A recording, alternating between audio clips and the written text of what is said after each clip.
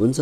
हाम्रो YouTube channel हेरेर बसिरहनु भएका हजुरहरू सबैजनालाई नमस्ते र हाम्रो युट्युब च्यानल टर्निङ पोइन्टमा हार्दिक स्वागत छ। म लोकप्रसाद ढकाल, पेसाले एनजिओ कर्मी अथवा एनजिओमा काम गर्ने व्यक्ति। विगत 7 वर्षदेखि म नेपालका प्रतिष्ठित अर्गनाइजेसनहरूमा निरन्तर रूपमा काम गर्दै आइरहेको छु। यहाँहरू हाम्रो युट्युब च्यानल टर्निङ पोइन्टमा पहिलोचोटि जोडिँदै हुनुहुन्छ भने कृपया च्यानललाई सब्सक्राइब गरिदिनका निम्ति, सँगै आउने घन्टीलाई प्रेस गर्नका निम्ति र अल नोटिफिकेसनमा पनि प्रेस गर्नका निम्ति हजुरहरूसँग मैले विनम्र अनुरोध गरेँ भने भिडियोलाई सेयर लाइक गरेर पक्कै पनि साथ र सहयोग बढाइदिनु हुनेछ भन्ने अपेक्षा छ। र पर्सनल्ली जोडिएर थप कुराकानीहरू गर्नका निम्ति हाम्रो फेसबुक पेज टर्निङ पोइन्ट 100लाई लाइक र फलो गर्न पनि मैले यहाँलाई विनम्र अनुरोध गरेँ। र जसले योभन्दा अगाडि नै हाम्रो युट्युब च्यानललाई सब्सक्राइब गरिसक्नु भएको छ, हजुरहरूले गर्नुभएको सहयोगप्रति म हजुरहरूलाई धेरै धेरै धन्यवाद दिन चाहन्छु। मैले चाहिँ लामो समयदेखि नेपालको मार्केटमा हरेक दिन आउने विभिन्न अर्गनाइजेसनहरूका फरक फरक क्याटेगोरीका भ्याकेन्सीहरूको बारेमा हजुरहरूलाई जानकारी गराउँदै आइरहेको छु। र आज पनि नेपालको एउटा प्रोफेसनल अर्गनाइजेसनसँग सम्बन्धित भ्याकेन्सीको जानकारी रहेको छ। आउनुहोस् टपिक चाहिँ सुरु गरौँ। यहाँहरूले हेर्दै हुनुहुन्छ यो जब अपर्च्युनिटी भनिएको छ र यो जब चाहिँ एनाउन्स गर्ने अर्गनाइजेसनको नाम चाहिँ local initiative for biodiversity research and development LI-BIRD रहेको छ। र यो लिबर्ड चाहिँ नेपालको एउटा नेसनल लेभलको एउटा प्रोफेसनल अर्गनाइजेसन हो। यो अर्गनाइजेसनले चाहिँ 1995 देखि नेपालका विभिन्न जिल्लाहरूमा चाहिँ यो लाइभलीहुड, सस्टेनेबल डेभलपमेन्ट अनि इकोनोमिक ग्रोथ, एग्रिकल्चरसँग सम्बन्धित विभिन्न किसिमका परियोजनाहरू चाहिँ नेपालका सबैजसो जिल्लाहरूमा, सबैजसो प्रोभिन्सहरूमा सञ्चालन गर्दै आइरहेको छ। र यो अर्गनाइजेसनको चाहिँ हेड अफिस पोखरामा रहेको छ भने अर्को चाहिँ यो कोअर्डिनेसन अफिस चाहिँ ललितपुरमा चाहिँ रहेको छ। र अहिले यो अर्गनाइजेसनले चाहिँ विभिन्न प्रोजेक्टहरू चाहिँ इम्प्लिमेन्टेसन गरिरहेको छ सुदूरपश्चिम प्रोभिन्समा। त्यही अन्तर्गत चाहिँ कि पोजिसनहरूमा चाहिँ भ्याकेन्सी अनाउन्स गरेको छ। यहाँहरूले माथि नै हेर्नु भएको छ। पहिलो पोजिसन भनेको सिनियर प्रोग्राम अफिसर, यो लेभल 8 को रहेको छ। प्रोजेक्ट भनेको SDHS भन्ने छ, यो चाहिँ कैलाली जिल्लाको लागि चाहिँ रहेको चाहिँ छ। यहाँले हेर्न सक्नुहुनेछ। अब यो SDHS भनेको प्रोजेक्टको नाम चाहिँ स्विङ डाइभर्सिटी र हार्भेस्टिङ सेक्युरिटी, SDHS भन्ने प्रोजेक्ट चाहिँ रहेको छ। र यो प्रोजेक्ट चाहिँ सुदूरपश्चिम प्रदेशको चाहिँ डडेलधुरा, कञ्चनपुर, कैलाली डिस्ट्रिक्टमा चाहिँ अहिले इम्प्लिमेन्टेसन भइरहेको छ अथवा चलिरहेको छ। यो चाहिँ सिडा अनि अक्सफार्मको फाइनेन्सियल सपोर्टमा चाहिँ यो अर्गनाइजेसन चाहिँ हाम्रो सुदूरपश्चिम प्रोभिन्समा चाहिँ सञ्चालन चाहिँ भइरहेको छ। अब यो अर्गनाइजेसन अन्तर्गत चाहिँ खास गरी यो फार्मर ग्रुपहरूसँग चाहिँ उनीहरूको हार्भेस्टिङलाई चाहिँ कसरी सेक्युरिटी गर्न सकिन्छ, कसरी चाहिँ ग्रोथ गर्न सकिन्छ भनेर यो अर्गनाइजेसनले चाहिँ काम गर्ने गर्दछ। र यो अर्गनाइजेसन अन्तर्गत हामीले जुन पोजिसनको छलफल गऱ्यौँ, त्यो पोजिसनले गर्ने काम भनेको चाहिँ के हो भन्दाखेरि टिम लिडरलाई चाहिँ भएका एक्टिभिटीहरूको चाहिँ रिपोर्टिङ गर्ने र प्रोभिन्सियल लेभलमा चाहिँ विभिन्न किसिमका लिडरसिपहरू अथवा त्योसँग सम्बन्धित जुन एक्टिभिटीहरू हुन्छन् ती एक्टिभिटीहरू चाहिँ सञ्चालन गर्ने र फार्मर ग्रुपहरूको चाहिँ यो बिउ बिजनहरूको सिस्टमलाई चाहिँ स्ट्रेन्थेन गर्न, बिउ बिजनहरूलाई चाहिँ वृद्धि गर्नका निम्ति चाहिँ ट्रेनिङ मिटिङहरू गर्ने कामहरू चाहिँ यो अर्गनाइजेसनले चाहिँ गर्नुपर्नेछ।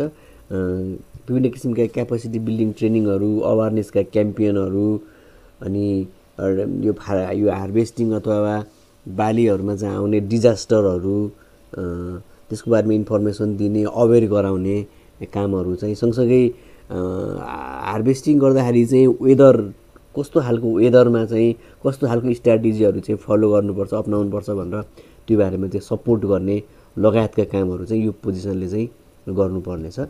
र यसको लागि यो पोजिसनको लागि मिनिमम क्वालिफिकेसन भनेको एग्रिकल्चर, नेचुरल रिसोर्स म्यानेजमेन्ट अथवा कुनै पनि यस्तो क्लाइमेट चेन्ज लगायतका सब्जेक्टहरूमा चाहिँ मास्टर्स डिग्री गरेको हुनुपर्ने छ र यो एग्रिकल्चर लाइभलीहुड डिआरआर लगायतका प्रोजेक्टहरूमा चाहिँ कम्तीमा चाहिँ केही वर्ष काम गरेको अनुभव हुनुपर्ने छ भने टु व्हिलरको चाहिँ भ्यालिड ड्राइभिङ लाइसेन्स पनि हुनुपर्ने छ भनेको छ र यो पोजिसनको डिटेल जब डिस्क्रिप्सन अरू थप कामहरू के गर्नुपर्छ भन्नको लागि यहाँले डाउनलोड जब डिस्क्रिप्सन भन्ने टचमा चाहिँ यो लिङ्कमा चाहिँ टच गरेर यो पोजिसनको चाहिँ जब चाहिँ डाउनलोड गरेर डिटेलमा चाहिँ अध्ययन गर्न सक्नुहुनेछ र यसको चाहिँ यो अर्गनाइजेसनको अर्को पनि पोजिसन रहेको छ हामी त्यसको बारेमा छलफल गरौँ त्यसपछि हामी अप्लाई प्रोसेसमा छलफल गरौँला अर्को प्रोजेक्ट भनेको टेक्निकल असिस्टेन्ट टिए रहेको छ यो लेभल 4 को लागि र यो एकजना चाहिएको छ यो चाहिँ डडेलधुरा जिल्लाको लागि चाहिँ रहेको छ सुदूरपश्चिमको डडेलधुरा जिल्लाको लागि रहेको छ र यो प्रोजेक्ट अर्गनाइजेसन के हो प्रोजेक्ट के हो भन्ने बारेमा हामीले भन्दा अगाडि नै छलफल गरिसक्यौँ सेम प्रोजेक्टको लागि सोइङ डाइभर्सिटी र हार्भेस्टिङ सेक्युरिटी सेम प्रोजेक्टको लागि चाहिँ यो पोजिसन चाहिँ मागिएको छ र यो पोजिसनले गर्ने कामहरू चाहिँ के हो त भन्दाखेरि चाहिँ यो पोजिसनले चाहिँ रिपोर्टिङ चाहिँ प्रोग्राम अफिसरलाई गर्नुपर्ने छ र यो पोजिसनले चाहिँ एक्टिभिटीहरू फिल्ड लेभलमा हुने एक्टिभिटीहरू डे टु डे एक्टिभिटीहरूको चाहिँ नि एक्टिभिटीहरूमा चाहिँ टेक्निकल सपोर्ट गर्ने यसको मुख्य काम रहन्छ र यो फार्मर ग्रुपहरूसँग चाहिँ कोअपरेटिभ गर्ने लोकल गभर्नमेन्ट मार्केट लगायत अन्य विभिन्न हाम्रा रेटेड लाइन एजेन्सीहरूसँग चाहिँ क्लोज कोअर्डिनेसन गर्दै फिल्ड लेभलका एक्टिभिटीहरू चाहिँ कन्डक्ट गर्ने यसको मुख्य काम चाहिँ रहन्छ र यो पोजिसनमा अप्लाई गर्नको निम्ति मिनिमम क्वालिफिकेसन भनेको यहाँले हेर्न सक्नुहुनेछ इन्टरमिडिएट भनेको छ यो चाहिँ +2 लेभल हो यहाँले +2 लेभल भनेर बुझ्नुपर्छ र इन्टरमिडिएट अथवा चाहिँ जेटिए डिग्री गरेको हुनुपर्ने छ खास गरी प्लान्ट साइन्समा चाहिँ अथवा जुनसुकै विषय भए पनि हुन्छ जेटी अथवा इन्टरमिडिएट हुनुपर्ने छ र मिनिमम 3 वर्ष चाहिँ नि यो सेक्टरमा चाहिँ काम गरेको एक्सपिरियन्स हुनुपर्ने छ भने अथवा यो बाइक अथवा स्कुटरको चाहिँ टु व्हिलरको चाहिँ भ्यालिड ड्राइभिङ लाइसेन्स हुनुपर्ने छ भनेको छ र यो पोजिसनको पनि डिटेल जब डिस्क्रिप्सन हेर्नका निम्ति यहाँले डाउनलोड जब डिस्क्रिप्सनमा टच गरेर यो चाहिँ यहाँले डिटेलमा अध्ययन गर्न चाहिँ सक्नु चाहिँ हुनेछ अब यो अर्गनाइजेसनमा अर्को पनि पोजिसन रहेको छ हामी त्यसको बारेमा पनि छलफल गरौँ यो अर्को पोजिसन चाहिँ यही अर्गनाइजेसन अन्तर्गत अर्को प्रोजेक्टको लागि चाहिँ रहेको छ यहाँले अर्को प्रोजेक्ट हेर्न सक्नुहुनेछ चाहिँ strengthening the agricultural value chain in Salyan and Sindhupalchok district of Nepal भनेको छ यो एग्रिकल्चरमा चाहिँ भ्यालु चेनको चाहिँ स्ट्रेन्थेन गर्ने भन्ने एउटा यो प्रोजेक्ट रहेको छ यो सल्यान र सिन्धुपाल्चोक जिल्लामा यो प्रोजेक्ट चाहिँ सञ्चालन गरिरहेको छ त्यही प्रोजेक्ट अन्तर्गत चाहिँ भ्यालु चेन अफिसर चाहिएको छ भिसिओ एकजना लेभल 7 को लागि र यसको भ्यालु चेन अफिसरको वर्किङ स्टेसन भनेको चाहिँ सिन्धुपाल्चोक जिल्लाको लागि चाहिँ रहेको छ र हामीले अर्गनाइजेसन यो छलफल गरिसक्यौँ प्रोजेक्ट चाहिँ यो value chain agricultural value chain value chain भन्ने चाहिँ प्रोजेक्ट रहेको छ र यो प्रोजेक्टले चाहिँ सिन्धुपाल्चोक र सल्यान जिल्लामा चाहिँ यो फार्मर ग्रुपहरूसँग चाहिँ यो प्रोजेक्ट चाहिँ यो फन्डिङ पार्टनर भनेको एप्पल फाउन्डेसन र स्विजरल्यान्ड रहेको छ र यसले पनि फार्मर ग्रुपहरूसँग चाहिँ एग्रिकल्चरको भ्यालु चेन र मार्केटमा चाहिँ कसरी स्ट्रेन्थेन गर्न सकिन्छ मार्केटलाई चाहिँ कसरी प्रमोट गर्न सकिन्छ प्रोडक्सनहरूलाई चाहिँ कसरी प्रमोट गर्न सकिन्छ भनेर अर्गनाइजेसनले यो प्रोजेक्ट अन्तर्गत चाहिँ काम गर्ने गर्दछ र यो पोजिसनले गर्ने मुख्य कामहरू भनेको चाहिँ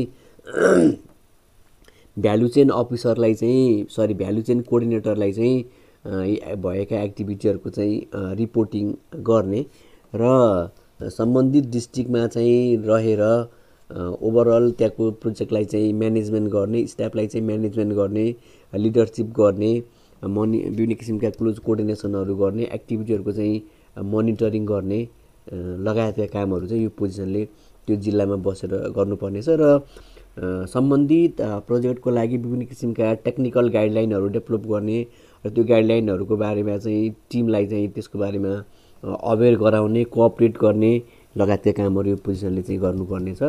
र यो पोजिसनको लागि मिनिमम क्वालिफिकेसन भनेको एग्रिकल्चर, इकोनोमिक, एग्रो बिजनेस लगायतका सब्जेक्टहरूमा चाहिँ मास्टर्स डिग्री गरेको र 2 वर्ष चाहिँ यो भ्यालु चेन अथवा एग्रिकल्चरहरूका प्रोजेक्टहरूमा चाहिँ काम गरेको नलेज हुनुपर्ने छ। मोटर बाइक अथवा स्कुटर, 2 व्हिलरको चाहिँ भ्यालिड ड्राइभिङ लाइसेन्स हुनुपर्ने छ भनेर चाहिँ भनेको छ।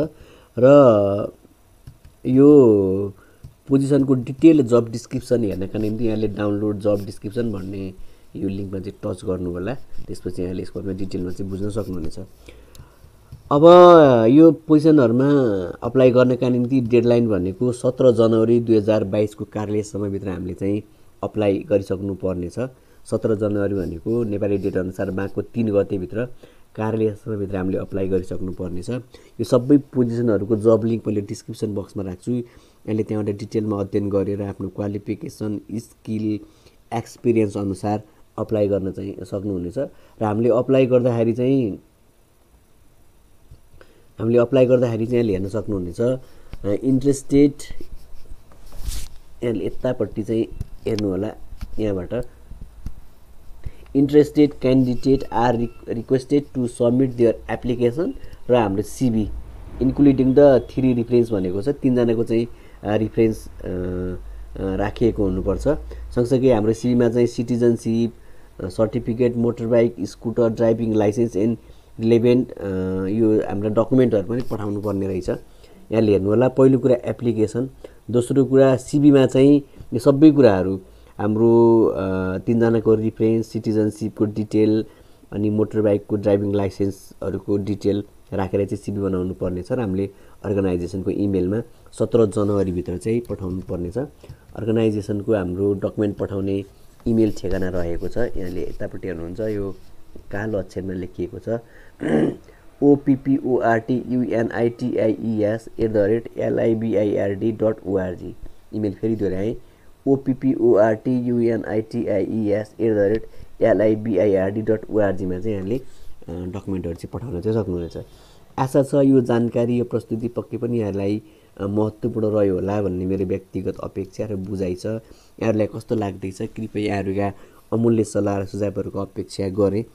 पर्सनल्ली जोडिएर थप कुराकानीहरू गर्नका निम्ति हाम्रो फेसबुक पेज टर्निङ पोइन्ट 100लाई लाइक र फलो गर्न पनि मैले यहाँलाई विनम्र अनुरोध गरेँ। र पहिलोचोटि हाम्रो युट्युब च्यानलमा जोडिँदै हुनुहुन्छ भने कृपया च्यानललाई सब्सक्राइब गरिदिनुका निम्ति, सँगै आउने घन्टीलाई प्रेस गर्नका निम्ति र अल नोटिफिकेसनमा पनि प्रेस गर्नका निम्ति हजुरहरूसँग विनम्र अनुरोध गर्दै यहाँहरूले यो भिडियो हेर्नका निम्ति हजुरहरूको अमूल्य समय दिनुभएकोमा हजुरहरूलाई धेरै धेरै धन्यवाद दिँदै अर्को भिडियोमा अर्को जानकारी सहित यहाँहरूसँग भेट्ने अपेक्षा गर्दै आजलाई बिदा मागेँ। धन्यवाद, नमस्ते।